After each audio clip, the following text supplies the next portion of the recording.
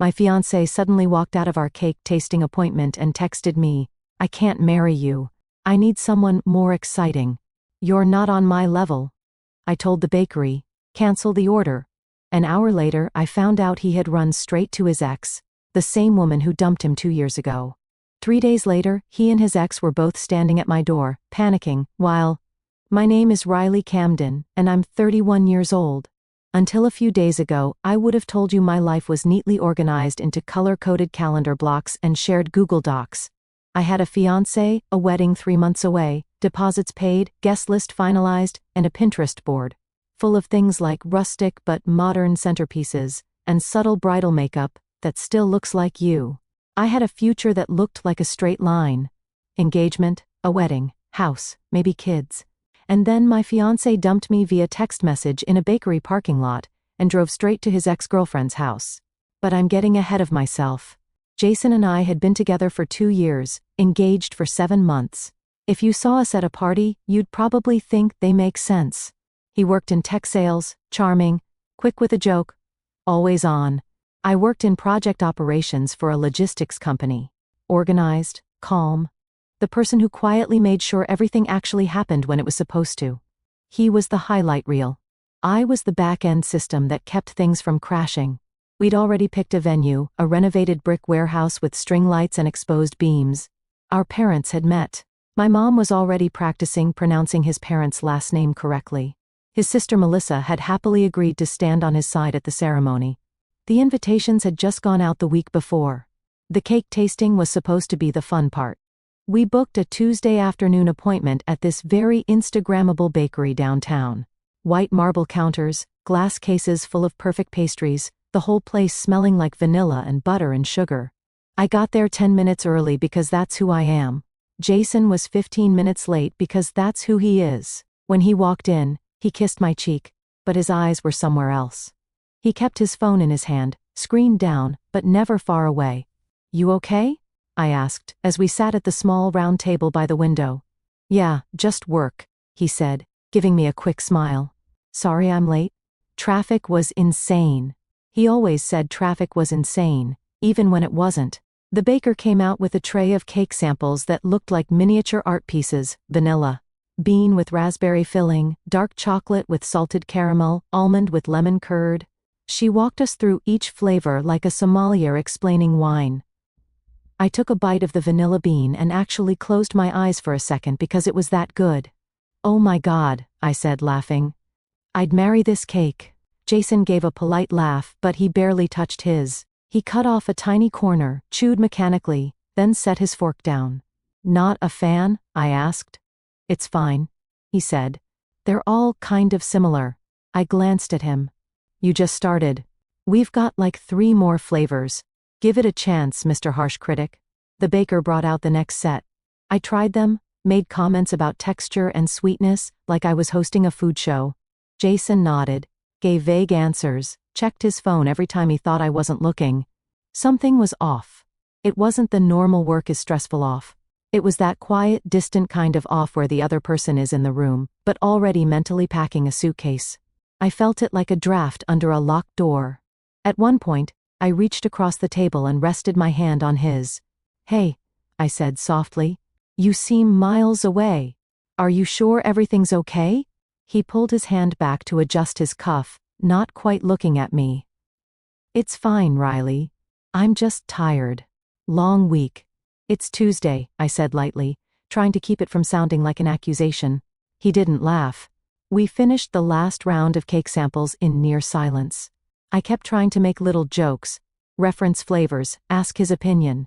He gave one-syllable answers. The baker, sensing tension but too professional to comment, smiled brightly and said she'd grab the contract and pricing breakdown. As soon as she disappeared through the swinging door, Jason pushed his chair back. "I need to go," he said. My fork froze halfway to my mouth. "Go where?" "We're about to talk contracts. I can't do this right now." His leg bounced under the table. "This as in cake?" I asked, forcing a smile. "Because we can totally reschedule if you're swamped with this," he repeated. Gesturing vaguely between us, the table, the pastel samples. "I can't do this right now." My stomach dropped in a slow, sickening way. Jason, what are you talking about? He didn't answer. He grabbed his coat, his phone, his keys. Jason. My voice came out sharper than I intended. We're in the middle of a meeting. Can you at least wait 5 minutes so we can, I'll text you? He said, already walking away. I watched his back as he left, the bell over the bakery door, chiming cheerfully like this was just another Tuesday. The baker came back out with a neat folder in her hands and a practiced smile on her face. Okay, she said. So for servings and frosting where did your fiancé go? I swallowed, feeling my throat tighten. He just had to step out for a second. I'm not sure. I think we might need to pause on the contract. Her smile faltered. Compassion slipping through. Of course. Do you want to take the paperwork home? Think it over. No, I said, surprising myself with how steady I sounded. Let's just hold off for now. I'll let you know. I managed to make it outside before my hands started shaking. The parking lot was half empty, afternoon sun bouncing off windshields. Jason's car was already gone.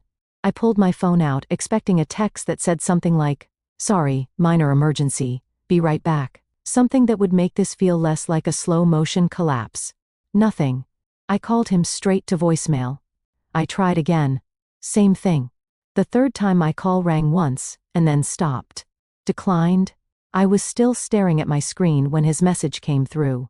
I can't marry you. I need someone more exciting. You're not on my level. I'm sorry.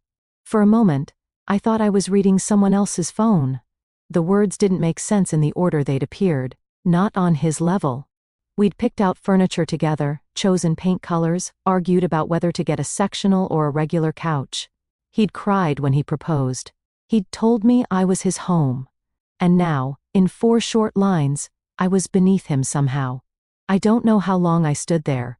Long enough for the sun to feel too bright, for the sounds of traffic to turn into a dull roar in my ears. Long. Enough for the baker to step outside, glance at me, and very deliberately pretend she hadn't seen my face. Eventually, my body remembered how to move. I went back inside, walked up to the counter, found the baker, and heard myself say, "We need to cancel our order." Her eyes widened, then softened. "Are you sure?" "Yeah," I said. He just broke off the engagement over text. I let out a small, humorless laugh. "In your parking lot." "Sorry, I'm not at my best right now." "You don't have to apologize," she said quietly. "We'll waive the cancellation fee. Just take care of yourself, okay?" I nodded, thanked her, and left with empty hands. The drive home is a blur. I remember stopping at red lights because other cars did. I remember my turn signal clicking. I remember gripping the steering wheel so tightly my fingers ached. By the time I got to our apartment, something about the hallway felt wrong, lighter somehow. Inside, the wrongness snapped into focus. Some of Jason's things were gone. Not everything, just essentials. A row of empty hangers where his favorite shirts had been. The drawer where he kept his chargers and random cables was half empty. His toothbrush missing from the holder in the bathroom, leaving a little toothpaste ring behind like a ghost. No note. No explanation beyond that text. He'd planned this. He hadn't panicked in the bakery, and then made a rash decision. He'd taken what he needed, left what he didn't, and then detonated our life together in between cake samples. I sank onto the couch, phone still clutched in my hand. The room felt both familiar and suddenly hostile. Everything we'd chosen together now staging evidence against me. I didn't cry. Not yet. I just went quiet inside. After a while, I did the only thing I could think of. I called my best friend. Noah picked up on the second ring. "Hey, future bride," he said, cheerful. "How's the cake? Did you find my slice yet?" I swallowed. Jason called off the wedding. Silence. Then what? He walked out of the bakery, I said, staring at the blank TV screen. Texted me in the parking lot that he can't marry me, that I'm not on his level. When I got home, he'd already taken some of his stuff. Noah didn't speak for a long few seconds. I could hear him breathing, could almost see him pacing whatever room he was in. "Riley," he said finally. "I am so sorry. I don't even know what to say. That's..." He broke off, exhaled hard. "That's cruel." "Yeah," I said. My voice sounded flat. like it belonged to someone else. He hesitated. Look, I didn't want to say anything because I didn't want to start drama, but Jason's ex is back in town. My fingers tightened around the phone. His ex? Brittany, he said. The one he dated before you 3 years. The one who dumped him and moved to the West Coast. I knew the name. I'd heard the stories. The intense but toxic relationship he swore he'd outgrown. The woman he insisted he'd never go back to. When? I asked. I saw her at the gym yesterday, Noah said. She asked how he was doing. It was weird. I stared at the ceiling. Do you think this has something to do with her? I don't know, he said carefully. But the timing is really suspicious. After we hung up, I sat there in the dimming light, the pieces rearranging themselves in my head into a picture I didn't want to look at. Jason didn't just decide I wasn't exciting enough in the middle of a cake tasting. This wasn't about vanilla bean versus chocolate. This was about something or someone else. Hours later, sometime around 11, I remembered that months ago, we'd set up a shared cloud account so we could sync calendars and photos and stupidly locations. It was one of those couple things that seemed romantic at the time. Just so we always know where the other is, he'd said. My heart started pounding as I grabbed my laptop and logged in. For a second, I saw my own location pinned at our apartment. Then, I switched to his profile. A map appeared, zoomed out. I watched as it refined, zeroing in on a familiar part of town, a street I recognized. He was at a small blue dot parked outside a house I'd driven past once with him, a house he'd pointed to, and said, "That's where Brittany's mom lives. I spent a lot of time there back in the day." The little label over the pin confirmed the address. Jason had walked out of our cake tasting, texted me that I wasn't on his level, and then driven straight to his ex-girlfriend's house. The worst part wasn't the shock. It was how deep down some small tired part of me wasn't surprised at all. The next morning, I woke up feeling like I'd swallowed concrete. For a few seconds, in that blurry space between sleep and reality, my brain tried to play the old tape. Wedding in 3 months, cake decisions, RSVP reminders. Then I opened my eyes and saw the gap in the closet where Jason's clothes had been. Right. New tape. My phone was face down on the nightstand. It buzzed once, then again, then again. For a moment, I considered ignoring it entirely, just letting the world happen without me. But avoidance has never really been my thing. I flipped it over. 17 unread messages. Most of them were from people in our wedding group chat. Jason's groomsmen, couple friends, his CO workers' names mixed in with mine. The previews all blurred together. "What happened?" Jason said. "Are you okay? We're here for you." But I tapped into the first one. "Riley, I'm so sorry. Jason told us you checked out for a while, and that he'd tried to fix things. None of us knew it was this bad. If you ever want to talk, I'm here for both of you." I opened the next. "I don't want to pick sides, but Jason said you were seeing someone else. Emotionally, that the engagement hadn't felt real to you for a long time. I hope you both find happiness." Another, he told us you guys quietly canceled the wedding weeks ago, and yesterday was just tying up loose ends. We had no idea it was sudden. My chest went cold in a way that had nothing to do with heartbreak and everything to do with anger. So that was the story. According to Jason, I had checked out. I had been distant. We had called off the wedding together, and he was just finally following through. I scrolled through the messages, each one layering a new coating of spin over what had actually happened. Me eating cake samples while my fiancé rehearsed his breakup exit. I could have texted back with screenshots of his message of the map with his little location dot in front of Brittany's mom's house. I didn't let them sit in their version for now. I got out of bed on autopilot, showered, put on leggings and an oversized sweater. My reflection in the fogged mirror looked like someone who'd hit pause on their life and forgotten to press play again. Around noon, my phone buzzed again. This time, it was a name that made my stomach twist. Melissa. Jason's little sister. She'd been thrilled about the wedding. Had texted me photos of bridesmaid dress options, even though she wasn't technically on my side, just so I could weigh in. We'd shared memes about our brothers, in my case, Jason's brother tendencies, inability to load dishwashers correctly. I answered. "Riley." Her voice was tight.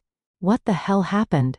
I let out a breath I didn't realize I'd been holding. "Did Jason not tell you?" He told me you two had grown apart and decided together to cancel the wedding, she said. He said you were handling it privately and that he didn't want people taking sides. My jaw clenched. That's not what happened. Yeah, she said quietly. I figured, hence the call. So, I told her. I told her about the cake tasting, the way he'd checked out the text in the parking lot. I told her about coming home to find half his things gone. I told her about logging into our shared account and seeing his location at Brittany's mom's house. On the other end of the line, Melissa went very, very still. He went to Brittany's, she asked, voice thin. He's there now, I said. Or he was, as of last night. Oh my God, she whispered. Oh my God, Riley, I am so sorry. I don't even have words. My parents are going to lose their minds. Do they know anything? I asked. He just told them the wedding was off because you needed different things, she said bitterly. He made it sound mutual. I'm going to kill him gently with love. A small broken laugh escaped me. Do me a favor. Anything, she said immediately. Don't tell him we talked, I said. Just let it play out. I'm done trying to manage his narrative. There was a pause. Okay, she said finally. I won't, but for the record, our family loves you. This is all on him. After we hung up, I sat on the edge of the bed and stared at the wall. Then something inside me shifted from shock into motion. I picked up my notebook, flipped to a blank page, and wrote at the top in neat block letters, wedding cancellations. Below that, I made a list. Venue, caterer, photographer, florist, DJ. I added cake and drew a line through it. Already done. For the next 2 hours, I treated the death of my wedding like a project at work. I called the venue first. The coordinator's voice was sympathetic but brisk. We'll have to keep the deposit, she said. It's in the contract. That's fine, I said. Keep it. Consider it a breakup tax. Next was the caterer, then the photographer, then the florist. Each call was a little knife, but every "will cancel the contract" felt like cutting one of the strings, tying me to a future that no longer existed. By the time I hung up with the DJ, my throat was raw and my eyes burned. But there was also a strange, quiet relief settling in my chest. He had detonated our plans. I was the one clearing the rubble. Late that afternoon, my phone buzzed again. This time, it was a number I didn't recognize. I almost let it go to voicemail. Almost.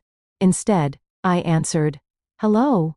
There was a short pause, then a woman's voice. "Riley?" "Yes, this is Brittany," she said. "Can we talk?" Hearing her name out loud was like someone dropping a glass in the middle of a silent room. I leaned against the counter. "What do you want, Brittany?" Look," she said, words tumbling. "I know this is weird, but I feel like there's been a huge miscommunication, and you deserve to hear my side." "Your side?" I repeated slowly. "Interesting. I didn't realize I was in your story at all. He told me you and Jason had broken up weeks ago." She rushed on. "He said the wedding was already off, that you both agreed it wasn't working. He told me he was free, Riley. If I had known." "You're at his mom's house, right?" I cut in. "He's there with you." A beat of silence. "Yes. Put him on speaker," I said, "since this apparently involves all three of us." Another pause, then faint shuffling. I pictured them in some familiar living room, one I'd driven past once, feeling like a foreigner in his old life. Jason's voice came through, tentative. "Riley, you told her we'd broken up weeks ago," I said. "That the wedding was off, that I'd moved on. Did I miss that conversation somehow?" "Riley, I was going to talk to you," he said. "I've been thinking about ending things for a while. I didn't know how." "So, you decided the most logical order of operations was 1. Line up a replacement, 2. Tell all your friends I'd checked out, 3. Dump me via text in a bakery parking lot, 4. Drive straight to your ex's house." My voice was shaking, but my words came out clean. "It's not like that," he protested. I panicked. I felt trapped. "You were so locked in on the wedding, and you what?" I asked. "You needed someone more exciting, someone on your level." On the other end of the call, Brittany was silent. "You lied to both of us," I said. "You were still living here. You were still wearing your ring. You were eating cake samples with me while texting her that you were free." "I didn't lie," he said weakly. "I just left things out." "That's literally what lying is," I snapped. For a second, no one spoke. I didn't mean for it to happen like this, he said finally. How did you mean for it to happen? I asked. Were you going to wait until after the wedding? Cheat first, then circle back. That's not fair. I laughed, a sharp, humorless sound. You know what's not fair? Texting your fiancé that she's not on your level while you're parked outside your ex-house. That's not fair. He went quiet. On the other end, Brittany cleared her throat. Riley, I'm sorry. I should have asked more questions. This isn't on you, I said, surprising myself. You believed what he told you. I did too once. I hung up before either of them could respond. My hand was shaking so hard I almost dropped the phone. I set it down on the counter and braced both palms on the cool surface, breathing in and out until the room stopped tilting. The anger didn't feel wild. It felt precise, clean. 2 days later, around early afternoon, someone knocked on my door. I opened it to find Jason and Brittany standing in the hallway. He looked like he hadn't slept. She looked like she wanted to be anywhere else. What do you want? I asked, not moving aside. Can we come in? Jason asked. We need to talk. No, I said. You can talk from there. He glanced at Brittany, then back at me. Riley, this got out of hand. I made some bad choices, okay? But we've all made mistakes. Is that your pitch? I asked. We've all made mistakes, so I should let this one slide. Brittany spoke up, voice soft. I just think you deserve a proper explanation, face to face. I already have an explanation, I said. I have a time-stamped text and your shared location. That's all the context I need. Jason dragged a hand over his face. Look, I freaked out about the wedding. I felt like everything was happening too fast. Like there was this conveyor belt I couldn't get off. When Brittany came back, it stirred up a lot of old feelings. You thought you'd test drive your ex before deciding whether to keep your fiancé? I said, got it. He winced. It wasn't like that. Brittany shifted her weight. We realized we're not actually compatible anymore, she said. We've both changed. So now that you've confirmed the grass isn't greener, I said. You want to crawl back to the lawn you left half burned and hope I'm still here watering it. That's not what I'm saying, Jason insisted. I love you, Riley. I know I messed up, but we can fix this. We can go to counseling. We can postpone the wedding. Take time to rebuild trust. What changed? I asked quietly. He blinked. What? 3 days ago, I wasn't on your level, I said. You needed someone more exciting. What's different now? His jaw tightened. He didn't answer. You didn't come back because you realized what you lost. I said, you came back because it didn't work out the way you hoped with her. You ran an experiment. It failed. And now you want your control group back? That's not fair, he said again, desperation creeping into his voice. People make mistakes. You're really going to throw away our whole relationship over one what? I asked. One massive betrayal. One carefully orchestrated lie. 1 week where you tried to rewrite reality. He opened his mouth, then closed it. Behind him, Brittany looked at me with something like pity. Riley, she said softly. You don't have to take him back. You know that, right? Even if he thinks you should. I know, I said. And I'm not going to. Jason flinched like I'd hit him. Your stuff is packed in boxes by the door, I said. I'll leave them on the porch tomorrow morning. Don't contact me again, Jason. We're done. You're not even going to considering taking back someone who demeaned me and ran to his ex the second things got real. I said no. I'm not considering that. For a second, his face crumpled in a way that might have broken me once. Now it just looked like consequences. Brittany touched his arm. He shook her off. I'm sorry, he said, eyes shining. I'm so sorry. I'm sure you are, I said. Sorry it blew up. Sorry you have to face people now. But you're not sorry enough to accept that this is permanent, and that's the only apology that would matter. I stepped back just enough to close the door. I stood there, hand on the knob, listening to their muffled voices, his frustrated, hers low and tired as they walked down the hall and out of my building. For the first time since the bakery, the silence that followed didn't feel empty.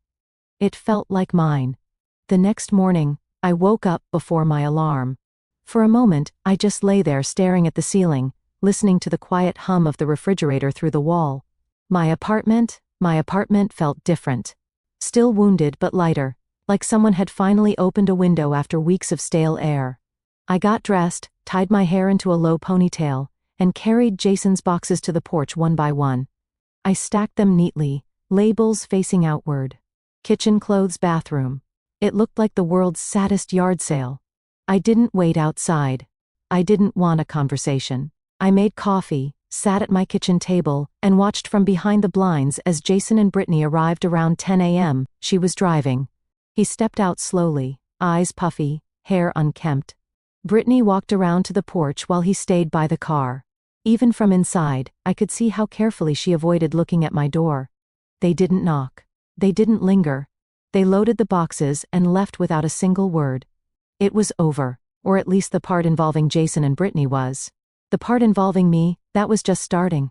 Over the next week, the truth leaked into the world like dyes spreading through water. It started with Melissa calling me again. He finally told Mom and Dad everything she said. About Brittany, about the text, about you finding out. How did they react? I asked.